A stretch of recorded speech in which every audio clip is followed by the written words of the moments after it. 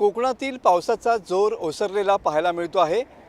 कोकणात नेमका पावसाचा जोर का ओसरला याची कारणं आज TV9च्या वेब एक्सप्लेनरमधून आपण पाहणार आहोत। नमस्कार, मी मनोज लेले। TV9च्या वेब एक्सप्लेनरमध्ये आपलं स्वागत आहे। सध्या कोकणात पावसाचा जोर हा ओसरलेला पाहायला मिळतो आहे। कोकणासाठी आज या ठिकाणी येलो अलर्ट आहे, तर रत्नागिरी जिल्ह्यासाठी आज पावसाचा ग्रीन अलर्ट आहे। बंगालच्या उपसागरामध्ये पुढच्या 24 तासामध्ये कमी दाबाचा पट्टा निर्माण होतो आहे आणि त्याचा परिणाम सध्या अरबी समुद्रावरती पाहायला मिळतो आहे आणि त्याचमुळे सध्या पावसाचा जोर जो आहे तो कमी झालेला पाहायला मिळतो आहे।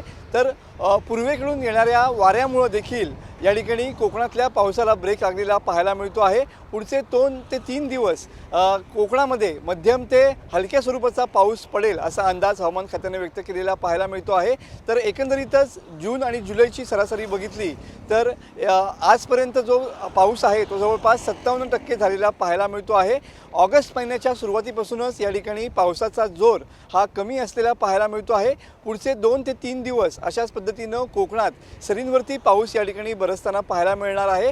पुढच्या आठवड्यात या ठिकाणी श्रावण लागतो आहे आणि त्याचमुळे सध्या पावसाचा जोर हा श्रावण महिन्याच्या सुरुवातीपर्यंत या ठिकाणी कमी होईल असा अंदाज हवामान खात्याने सुद्धा व्यक्त केलेला आहे। मात्र सध्या जिल्ह्यामध्ये रत्नागिरी जिल्ह्यामध्ये एकूण सरासरीच्या 57% या ठिकाणी पाऊस बरसलेला पाहायला मिळतो आहे।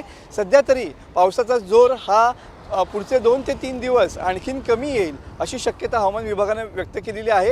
तर सध्या समुद्रामध्ये मासेमारी देखील सुरू झालेली पाहायला मिळते आहे, त्यामुळे समुद्रात गेलेल्या मच्छीमारांनी सुद्धा वाऱ्याचा वेग बघता सर्व प्रिकॉशन घेऊन या ठिकाणी मासेमारी करावी असं देखील आवाहन या ठिकाणी मत्स्य विभागाने केलेलं पाहायला मिळतंय।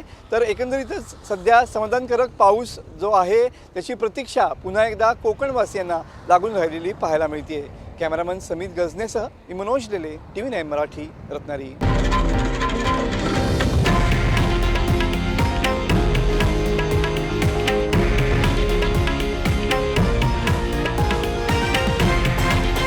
हे आहे देशातील नंबर 1 न्यूज नेटवर्क आणि आपण पाहत आहात TV9 मराठी, एकमेव।